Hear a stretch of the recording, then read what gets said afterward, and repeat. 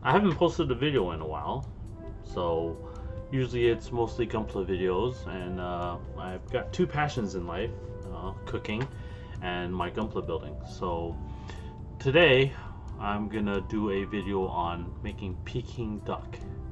So I'm gonna set up some chapters down below so you can skip through this to the various parts of this process, but hopefully you guys enjoy this video.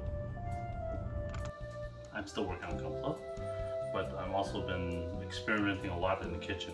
I generally cook a lot, so I figured to make another video making Peking duck. So first step that kind of already skipped over is to, well, get a whole duck, right? First step was to cut off the feet and the wings. You don't need that. And clean it up, wash it, clean it up a little bit. Also pull off any remaining little, feather bits. So stuff like this, take some tweezers. Again, gunpla tools in use here. So you're really worried about this piece here. So long as your breast area is clean, we're good to go. What I've also done is I've mixture of, let's see here, 2 to 1. 5 spice powder, 2 to salt. Have that mixture, 2 tablespoons of that mixture, and just shove it in here and rub it all around as I throw the skewer to the ground. I'm gonna wash this.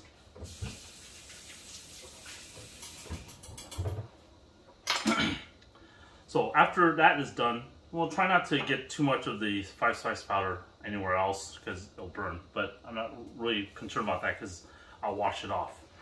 Now, next step is to take my wooden dowel, and this shoves into the chest cavity. So what it does is you want to push it in there and have it nicely, perpendicular in that chest cavity. So now you see that it's nice and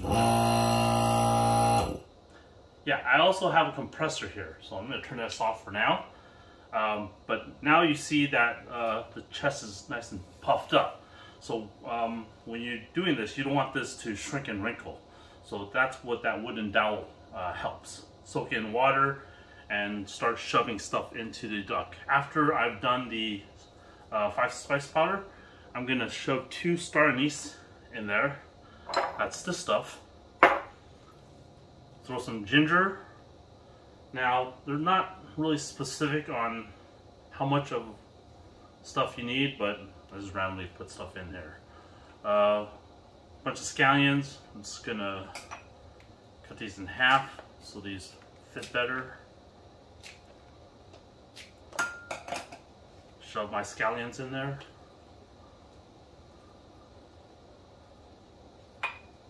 And again, different recipes call for different things. What I found really works well for me is what I'm using here.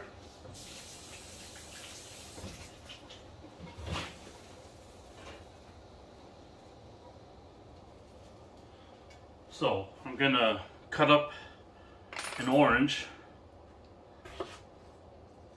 I'm probably gonna use about half the orange. And I'm also gonna cut up a pear, Asian pear.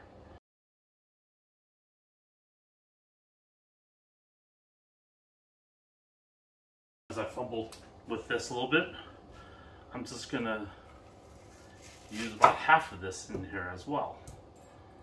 So let's choose this. This also helps with a little bit of moisture and flavor. So when this is actually in the oven or in my Kamado cooking or roasting, this will help keep everything moist inside. So I'm just gonna start shoving things in here. Shove, shove, shove. This, if you don't have a wooden dowel, these items in here help puff this up. But, when cooking, they will shrink a little bit because you're gonna lose water as it's, cooking away. So that is what that looks like. Next, I need to sew up the butt, so to speak. So I'm going to start down here.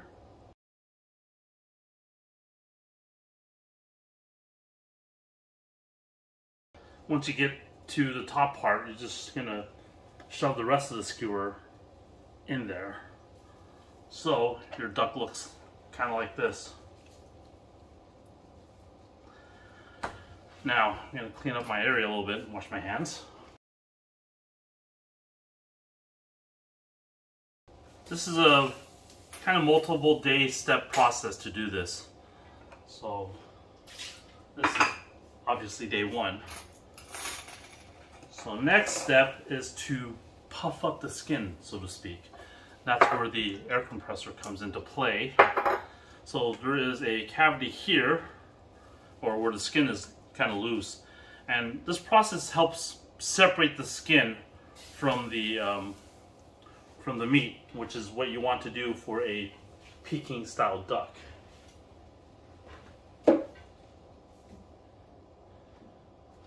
I'm also boiling some water, so I'll turn the camera for that once I get to that step. But turning on the compressor.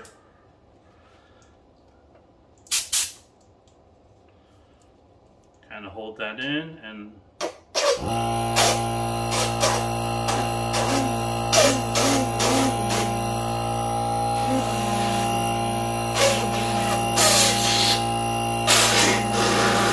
sounds disgusting.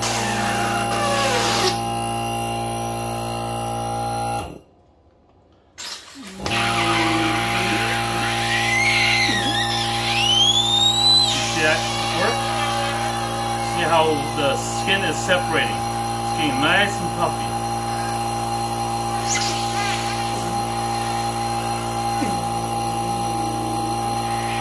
You want this to happen. This will not explode on you. Well, I actually don't know that yet, but it shouldn't explode on me.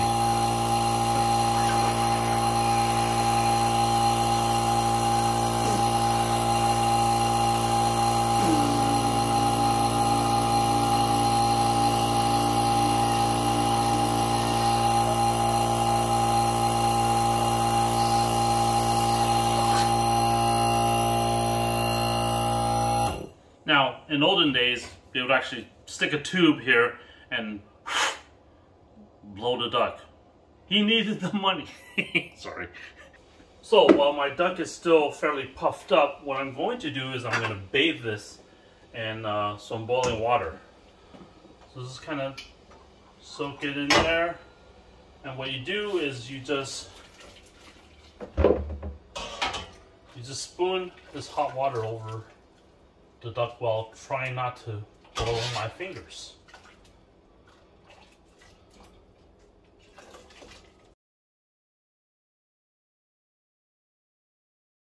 Now, this process, you see, what it does is it kind of tightens up that skin a little bit.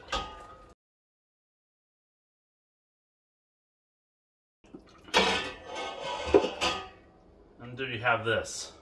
Now, what I'm going to do is I'm going to apply some hooks and I'm going to hang it up here. So now I got my hooks in the duck. I'm just going to hang it up here and let it dry. Okay, the duck is hanging and there's a fan just kind of cooling it down and drying it out. So right now, while it's doing this, I'm going to go ahead and start making the next bath product. So I don't need this. This is all I need. Hoisin, red vinegar. I'm going to actually use some apple cider vinegar as well. Maltose. This is kind of like a sugar. So I'm going to probably use the rest of this that's in here. It's very, very sticky and it's a pain in the butt to work with. 500 milliliters of just water. And let's go for it. So it's 2 tablespoons, 2 tablespoons, 2 tablespoons. So what this does is this is another bath item for the duck. So this actually gives it that red color. So that's where the red vinegar comes into play. Now, you want to balance out the acidity with the sweetness. So what I'm doing is I'm adding a little bit of sugar, or actually I'm adding some honey to this in addition to the maltose, and that will kind of balance out with the additional apple cider vinegar. So apple cider vinegar in itself is already sweet, so I'm just gonna pour the rest of let's do the rest of this bottle. This doesn't really hurt. And a little bit more red wine vinegar, just so I don't dilute that color too much.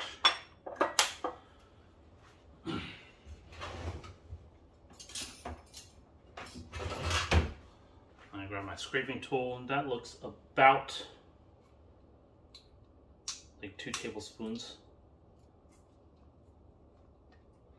So I don't need to break out my other jar of maltose. What I've done is I've also heated this up a little bit. I just put some hot water and heated it up. You see that this is really sticky stuff. Now, again, the measurements I gave are a rough estimate. I mean, you can kind of taste this for, you know, once you have this incorporated and heated up, you can taste this and see that that's to your liking.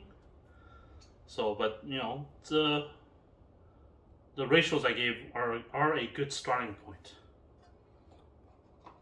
So that's done. Gonna add a little bit of honey to this. Honey gives it a little bit of sweetness to it. And my water.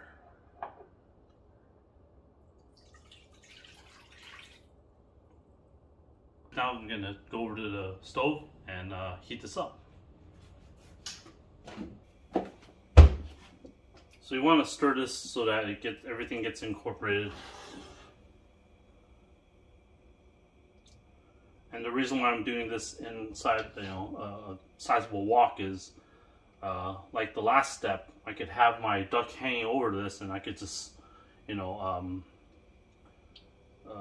bathe it, like the last step, using my ladle.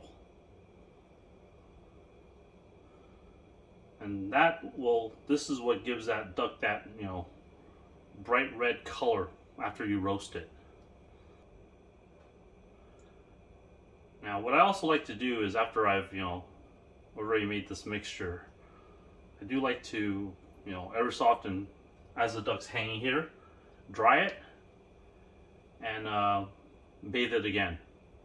So it doesn't need to be hot while it's after the initial bathe, but the last couple times I've been doing this, I've just let it at room temperature and just, you know, drizzled this liquid over the duck, and then let it dry again. So this is about right where I want it. I want it at a decent simmer. I don't want this boiling too much. And I'm gonna just take the duck,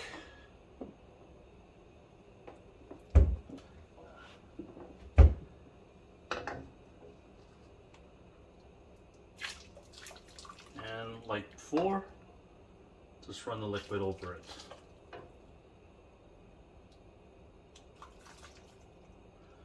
You want to make sure you get every bit of the duck. Run this over a couple of times. Try not to spill all over the place, because your wife will get upset. That's part of the fun of cooking, right? Making the huge, horrific mess.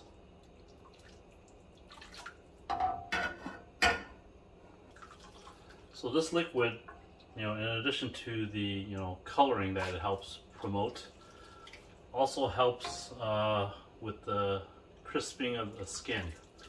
So you get a nice, you know, crunchy texture with the skin once you roast this.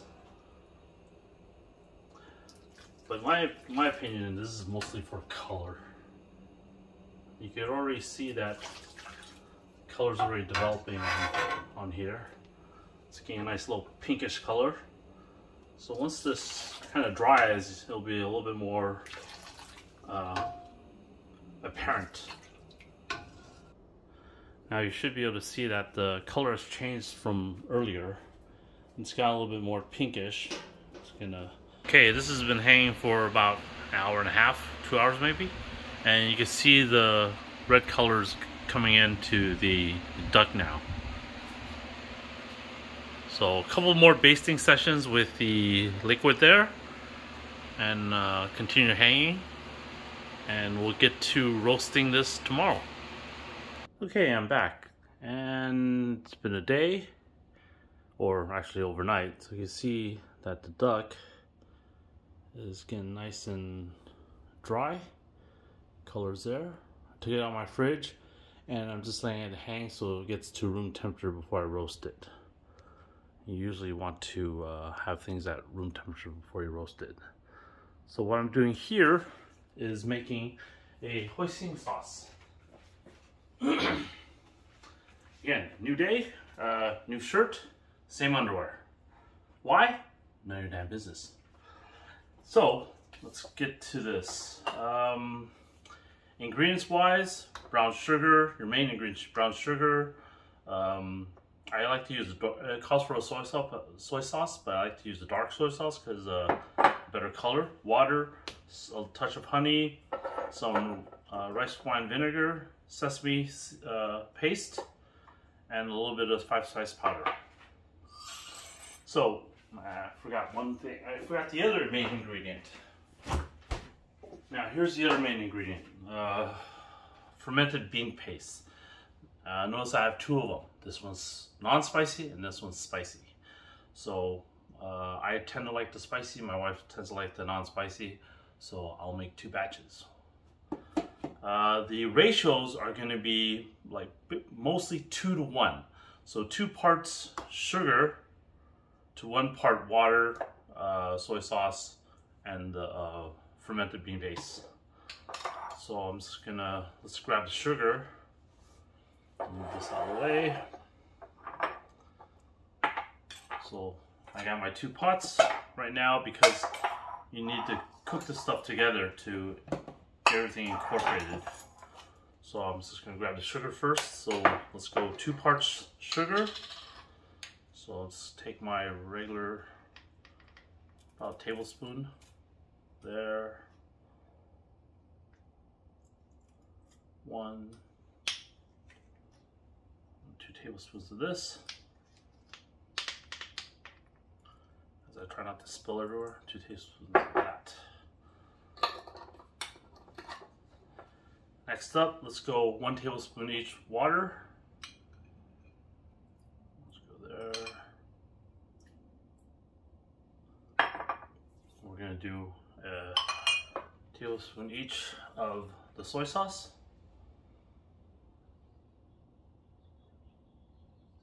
Now, this is rough estimates, so if it's not exact, I won't worry too much about this. I need to clean my spoon a little bit.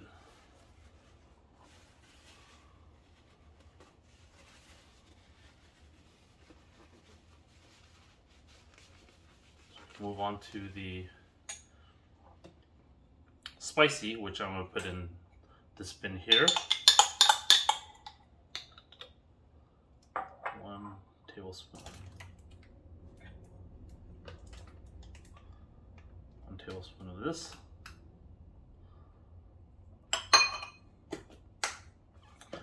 And we're going to use teaspoons of this stuff, so I'm just going to eyeball this really. Oh, nice. This is brand spanking new. A little bit of rice wine vinegar. Same there. Touch of honey.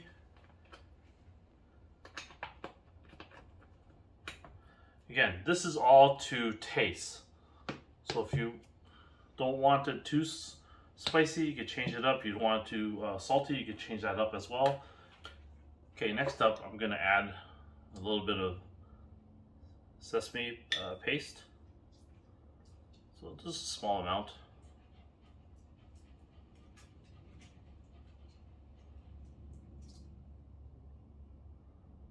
Same on both sides. And also a small amount of 5-spice powder. A little bit goes a long way. Now what I have here is peanuts. This is mostly added in for mouthfeel, you know, and put in your mouth. How did that feel for you?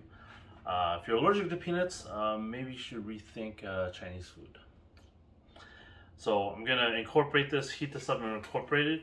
Now, this might not be thick enough. I tend to like this hoisin sauce to have a little bit of a thickness to it. So I will add cornstarch slurry. So it's basically cornstarch and water, and then add it to this once this is incorporated, and when it comes up to a boil, it'll thicken up nicely. So now my hoisin sauce is done, both of them. So what I'm gonna do is just add in some peanuts. Again, purely for texture and mouthfeel.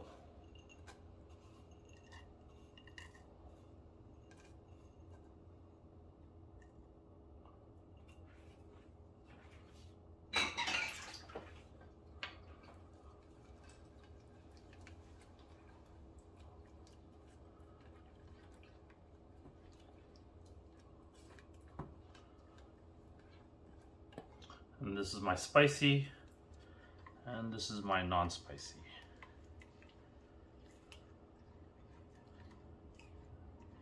You could go ahead and buy store-bought hoisin sauce, but I prefer making my own.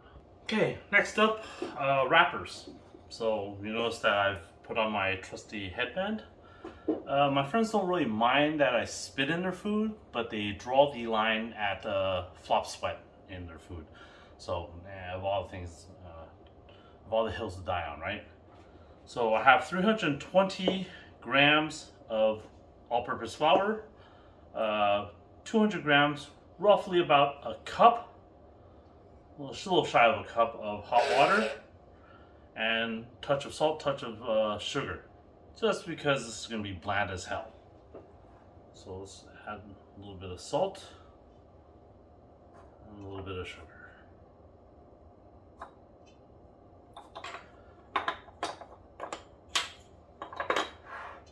And I'm just going to throw this in here and get a wooden spoon and start mixing this stuff up.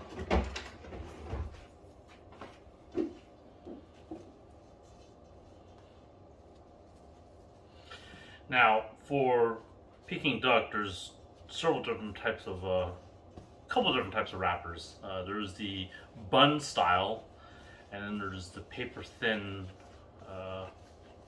tortillas, I would like to say. I prefer the tortilla style. So the hot water helps kind of cook the flour a little bit. But we're just mainly incorporating everything right now.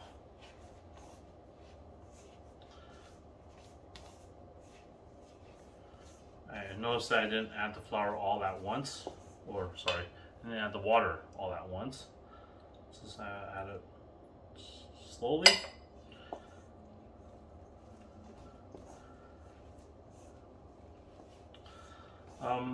It's a rough recipe. It's really basic. Thing is, it's more texture and feel. So I found that this ratio for me at this elevation, at this relative humidity, works for me. So once this is nice and incorporated, I can start a little knead work. Did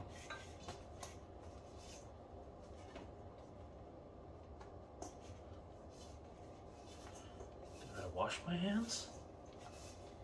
It's better than sweating here. So if you find that this is a little too on the sticky side, which I was maybe a couple of grams flour off, just add more flour. It's not gonna hurt anything. You just don't want this to be too dry of a dough.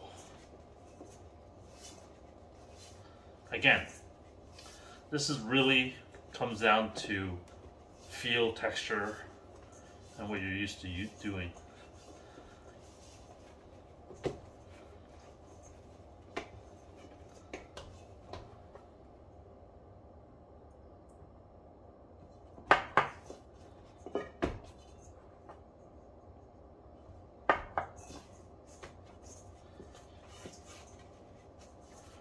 Now, there's no really right way to do this or wrong way to do this, unless you completely screw up the ratios.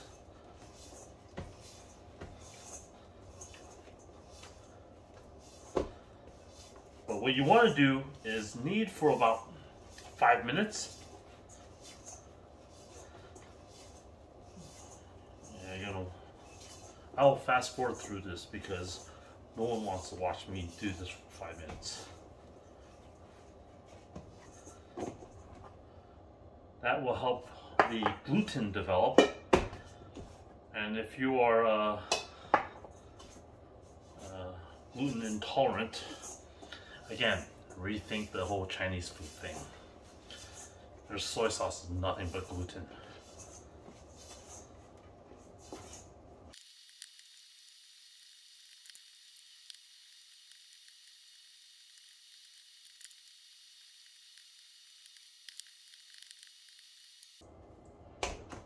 Okay, that feels pretty good. I'm gonna let this sit for half an hour to rest up, and then we'll get to rolling these out and making the pancakes. While this was resting, I took some time to chop up green onions and cucumbers. So time to put this away and set it aside. This is our part of the condiments of the Peking Duck.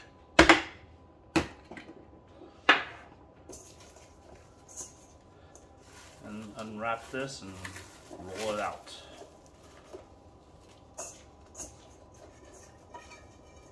Flour my surface.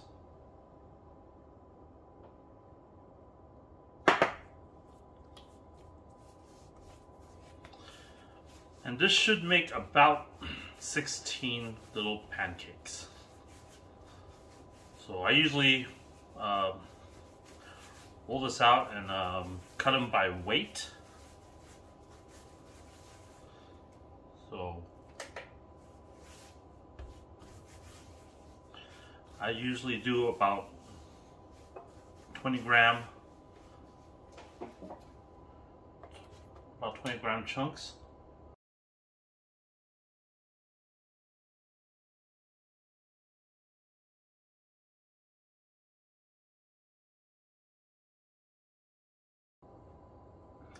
Now, you want them all about the same weight because the way we're going to do this will make sense. I stack these to get them ultra thin. There's a little bit of a technique that I'll show you how to do that. So they all need to be roughly the same size. Hence the stickler of being weighted correctly.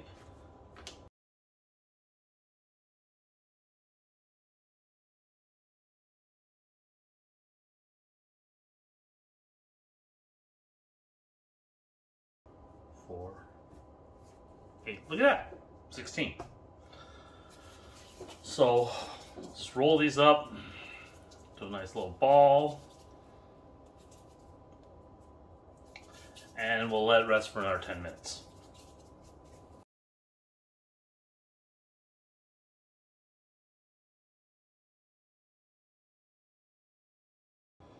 Set my timer for 10 minutes. Okay, I'm back and I'm starting to roll. So I've already had a stack of 8 done. I miscounted earlier. I have 24 of these instead of 16. So what I'm doing is I'm just rolling these out first into about, I have about 13 centimeters in diameter or so.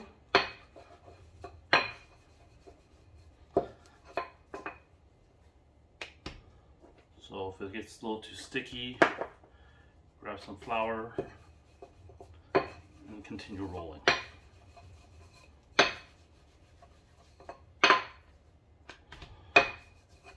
So I want them roughly about all the same size. Well, these 8. So that looks decent to me. You see that? I'm going to put this over on the side. I'm going to go on to my next one.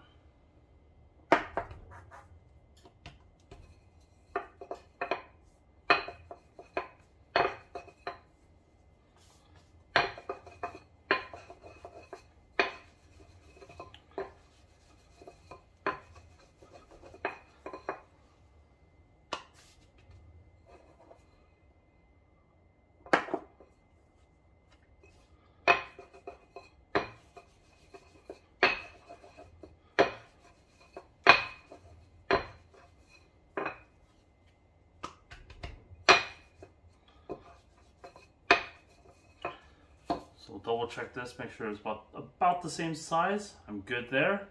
So what I'm going to do now is I'm going to liberally oil this layer.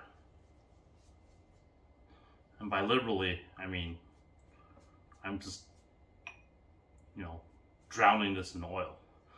This is part of the technique that actually makes this work really well. So I'm going to flour this, the top of this, and just lay this on top of the oil layer, like so. Continue on to the next layer.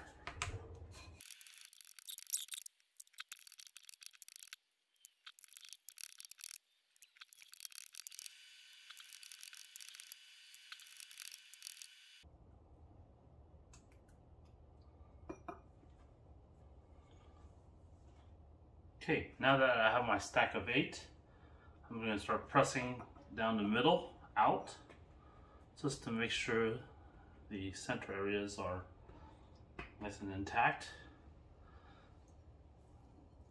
Flip this over and continue wiping, or continue pressing down. Once I'm got that down, I'm going to start rolling. So you can see what this technique does is you're rolling all 8 at one time. So you're pressing them together. The oil is going to keep them from sticking to one another when it cooks.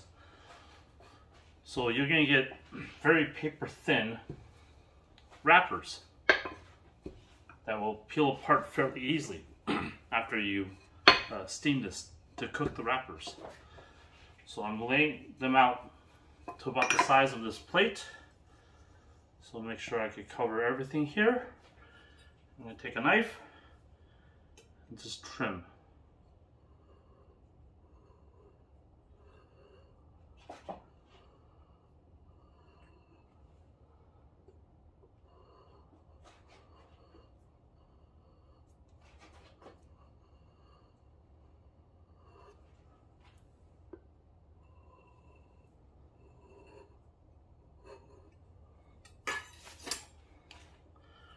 Remove my excess, discard, a little bit wasteful, but it's just flour and water.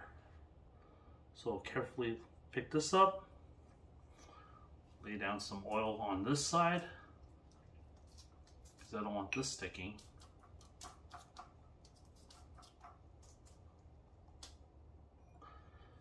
And stack this on top of here. So when I go to cook this, I'm going to cook them all at one time. Now I'm going to do the last 8, and then it'll be time to roast the duck next. Okay, so I'm going to set up my Kamado for smoking, or actually roasting the duck. So what I need to do is I need to set this up so that I can roast this. So typical Chinese restaurants will roast it in a wood-burning oven.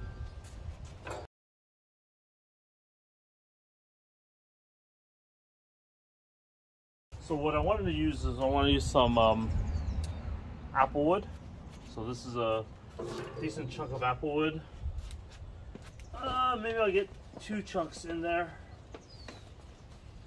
just because I want a little smoke. I want a smokier flavor. So the applewood's in the center, and My charcoal I use is called Jealous Devil. Amazing stuff.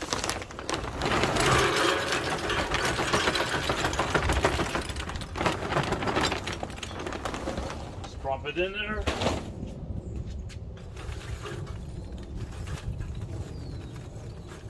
So this is overkill. I have way more charcoal than I need, but I want to be able to keep my temperature running for a good hour and a little higher. So I'm going to burn a little bit more charcoal because I am running at a hotter temperature.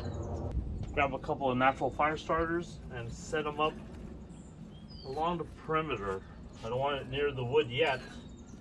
And again, the wood's in the center, and I'm just going to set up my charcoal to light up on the edges. So right now I have my bottom vent open, I have this one open, and time to light this up.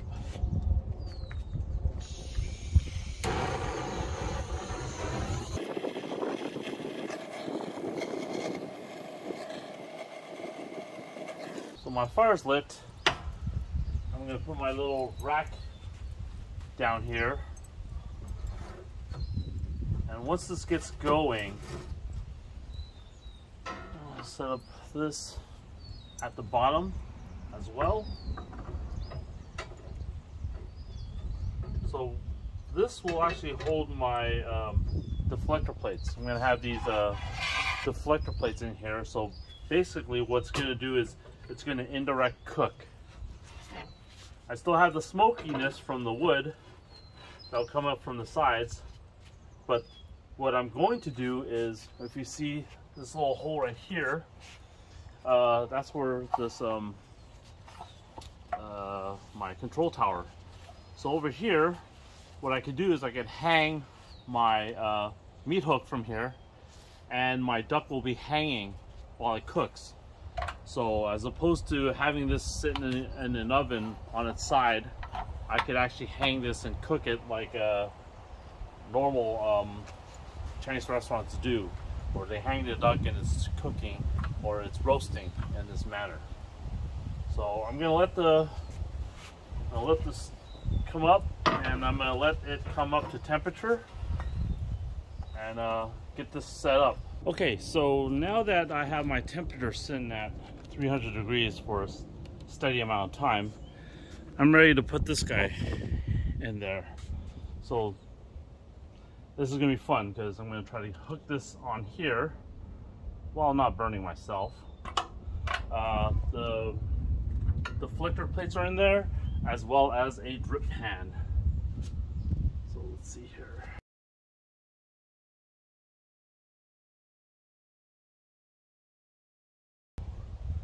So now my duck is hanging. I just drop this down and it will roast while hanging. I also have a meter probe in there, so I could remotely tell what the internal temperature is getting to, so it gives me a better idea of when to bump up the temperature at the very last couple of degrees to doneness to about 400 degrees, so I could render the fat at that time. So right now I'm gonna wait till this gets up to 300 and let it roast away. Let's take a little peek.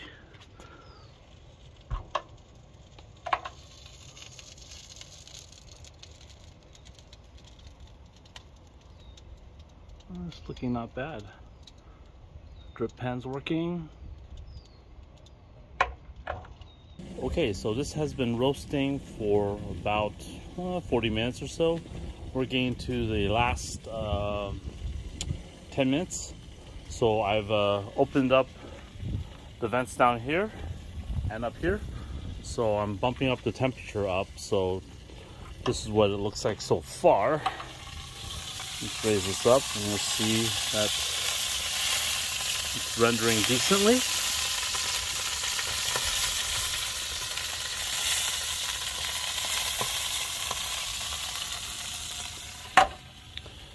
So right now we're just gonna render the fat.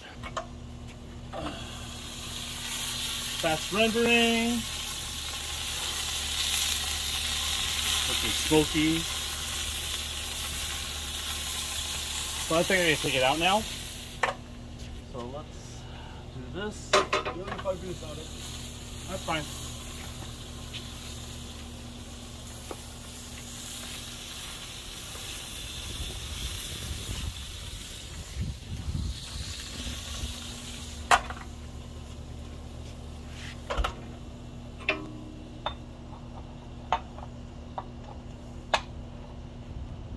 Close up my grill.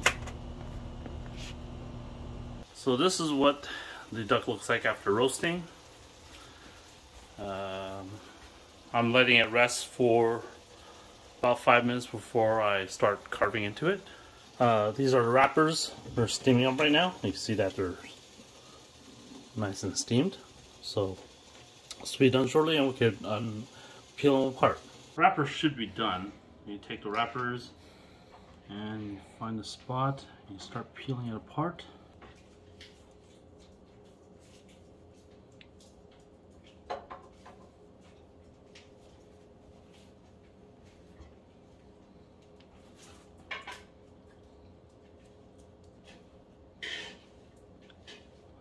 So the goal is to grab a wrapper that is generally about this thin.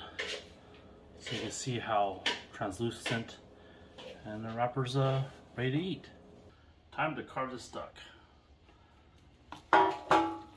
So first things first, I'm going to pull this, pull the juice out of it.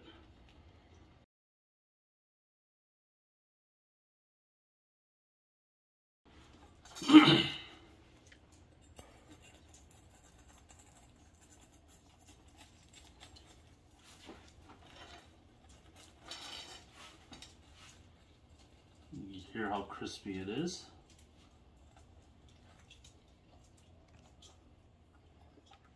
And let's see if this lifts off like it's supposed to.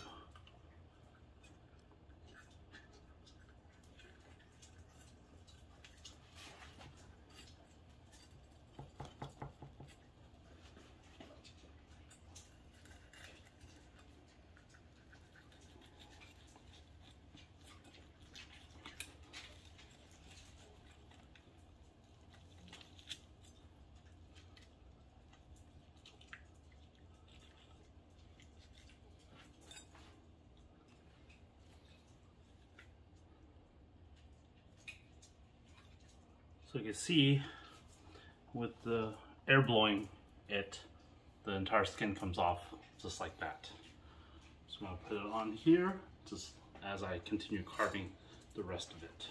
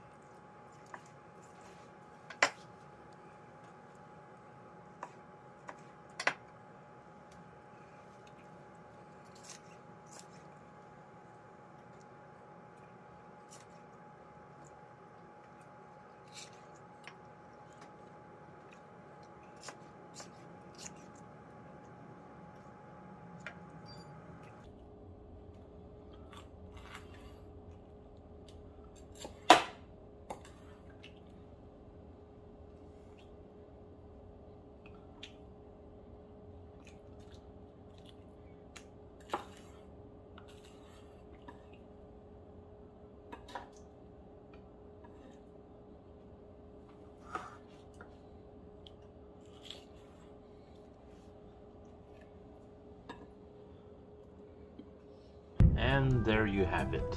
Hope you enjoyed watching this. I'm not going to torture you with us eating it. It was pretty good. So if you guys want to see more kind of cooking videos as well as my gunpla videos, like, subscribe, and hopefully I'll do some more of these different types of videos. Thanks for watching, guys.